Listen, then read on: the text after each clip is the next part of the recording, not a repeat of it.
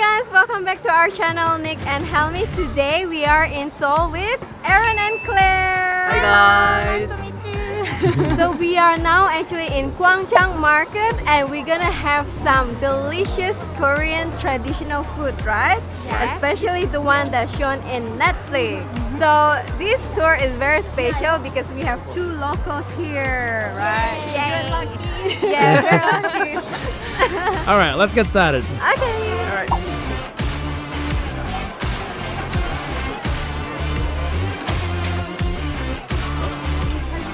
All right, so we are in our first stop here on the Netflix tour. It is Gohyang Kalguksu stall. I see her getting this huge dough and then she's just like flattening it up, almost like a piece of paper, and then she cuts it. Absolutely tremendous, amazing, and then she puts it into this two big pots, right? She puts it in the first pot where it's steaming hot, and then the other pot has a lot of the soup the broth that we're gonna be eating today. So I'm excited. We've already got our mandu, which is our dumpling here. Helmi's excited, Claire's excited, and Aaron's excited. He's never been here. She's got kind of special broth which contains shrimp.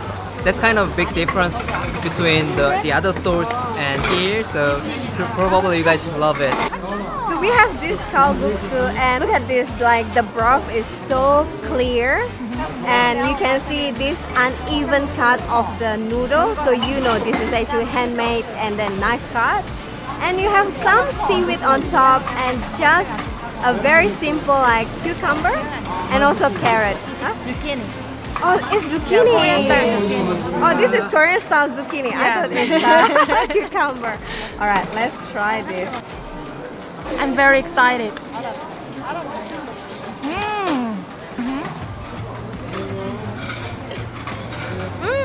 I actually find it quite light. You can taste like the seaweed embedded into the soup, but then the soup itself, the broth itself, is actually quite light. I think because they use the anchovy and shrimp. Because I've tried like the Myeongdong gyoza before, which is in Myeongdong. That broth is actually thicker than this one. That one is like deeper broth than this one. This is very light, very subtle. The texture of the noodle is so funny. The thickness of noodles are very different. Funny textures here. You know what the texture is like? It's kind of like a little bit of an egg noodle, but then there's some kind of like udon kind of texture. So there's some chewy bits, there's some kind of dense bits, some really thin bits. So because she cuts it the way she wants it, she doesn't cut it like a machine where everything's normalized. She just cuts it however she wants it. So every single like strain of noodle here has different kind of texture, which is really nice. And it is kind of chewy too, which is really nice. And I might say quite filling too. So that was absolutely spectacular because we didn't even have breakfast, so that was such a good breakfast, even though it's actually 3 o'clock right now. Better late than never, right? So now we're gonna explore our second stop. So I'm actually in the queue for the next place called Pagani, which is selling the Mungbean Pancake. When you guys come to this Gwangjang Market, I should say like you have to eat those two foods. Yeah, it's called yukke, and this one is called Mungbean Pancake. 빈대떡 in Korean. They are most popular food in Gwangjang Market, and you guys love it. Oh, look at that. There's a lot of oil there. A lot of oil.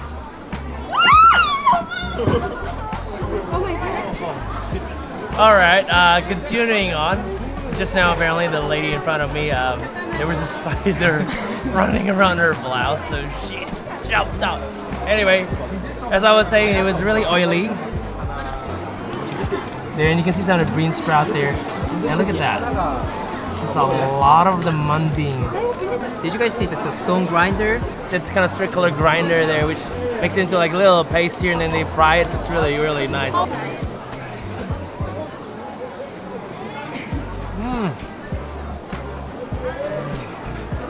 By itself, the mungbean pancake there's not much of a taste. It's actually quite doughy there, but very crispy on the outside. You get a little bit of a crunch from the bean sprout. Yeah, as Aaron was saying, this is what you need to do. You need to get that onion, right, with some of the soy sauce, vinegar sauce there, and kind of put it on top. That gives you like kind of like that kind of soury, sweet, kind of tangy kind of flavor. And then you've got that crunchiness from the onion. Beautiful. So good. Mungbean pancake itself is quite oily and greasy. It could be a little bit greasy, but because of this pickled onion, you can eat it like endless. Yeah.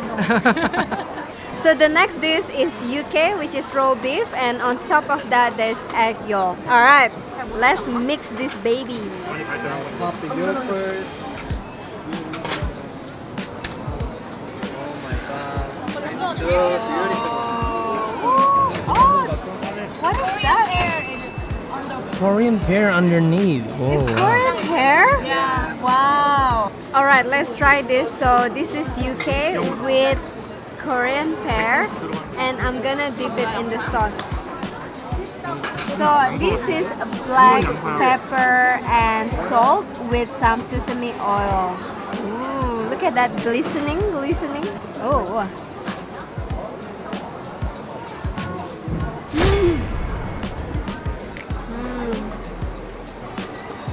Oh my god, I'm in heaven. The beef is so tender, and then the Korean pear, it's so sweet. It complements the beef so beautifully. And this sauce, what a killer! My goodness. So this is like salt, pepper, and sesame oil. Really complements the UK very well. It's beautiful. I love it.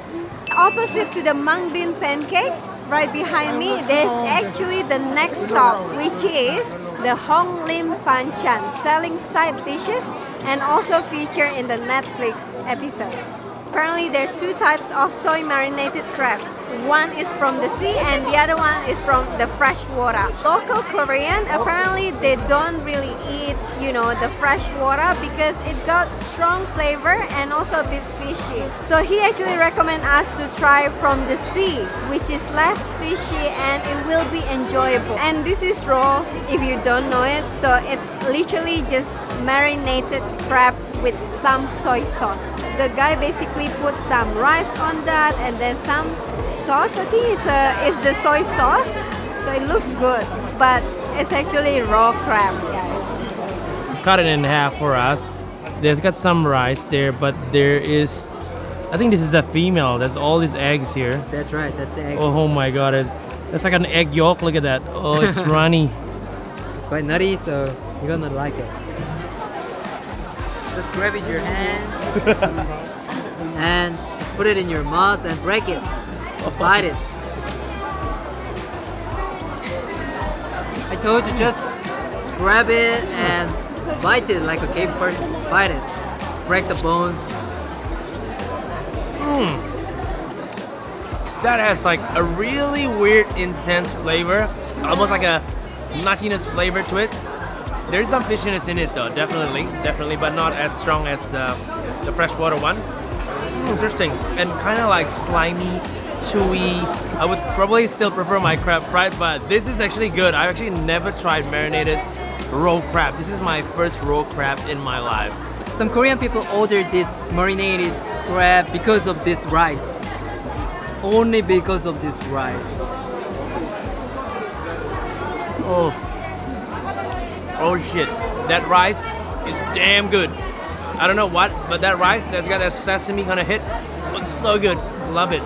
The more I eat it, right, the more I feel like I'm getting addicted to it. It's actually really good. For something raw, this is surprising. Alright, look at this. Oh my god, you can see the egg, the orangey color there.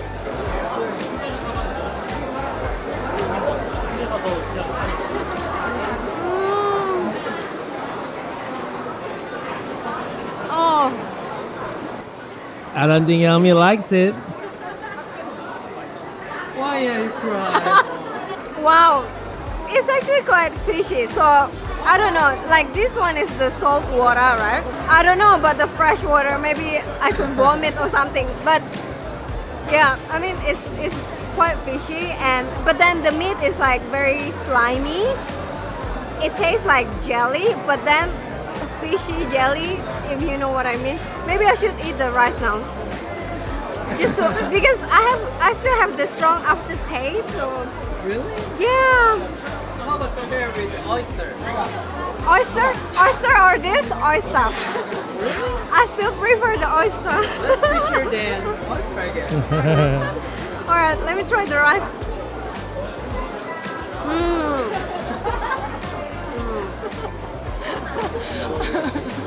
They're laughing here. Yeah, this is what I'm talking about. The rice is so good because you got the sesame oil and the sesame seed. I think that's why, you know, it counterbalances the fishiness of the flavor. Probably I need to put more sesame oil. That would be better. But the rice is good though. The rice is good.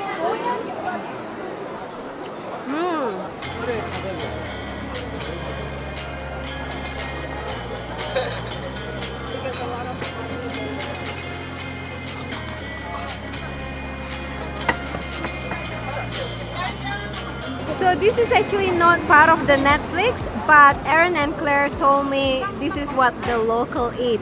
And I'm not sure what's the name. I'm gonna ask them. Smells so good. So I can smell like the cinnamon and sugar on top. I think this is like fried donut with cinnamon and sugar. And it's dessert, you know what I mean? Dessert. Alright, so we got this. I don't know what's the name, guys. That is called 꽈배기. 찹쌀 꽈배기. 꽈배기. Yes, it's kind of middle of donut and the churros. No more explanation, just bite it. Yeah.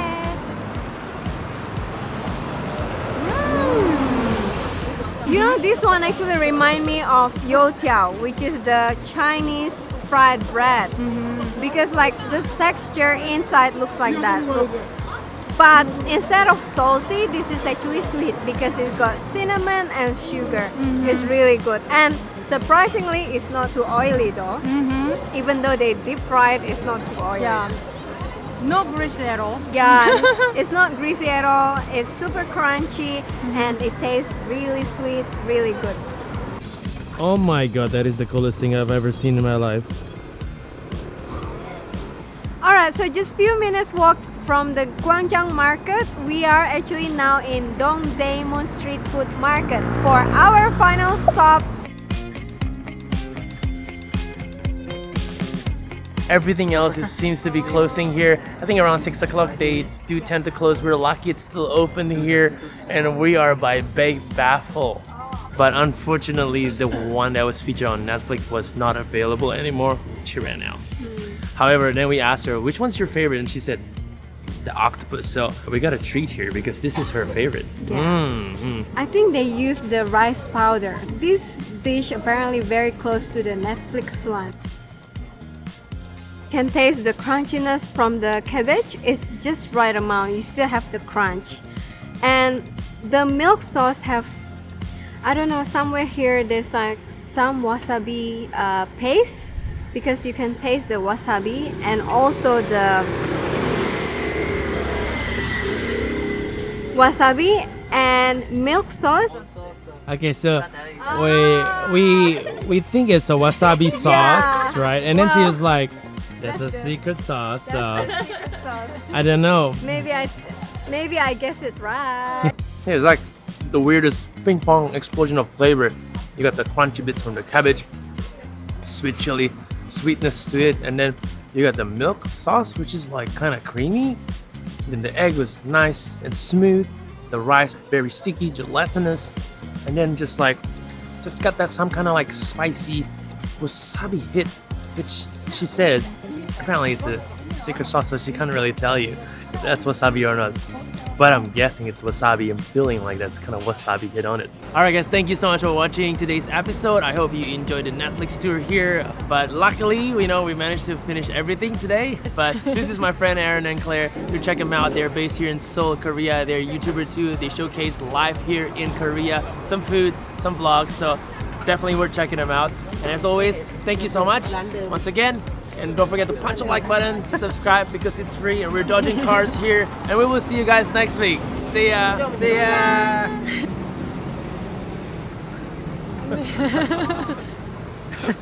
ya!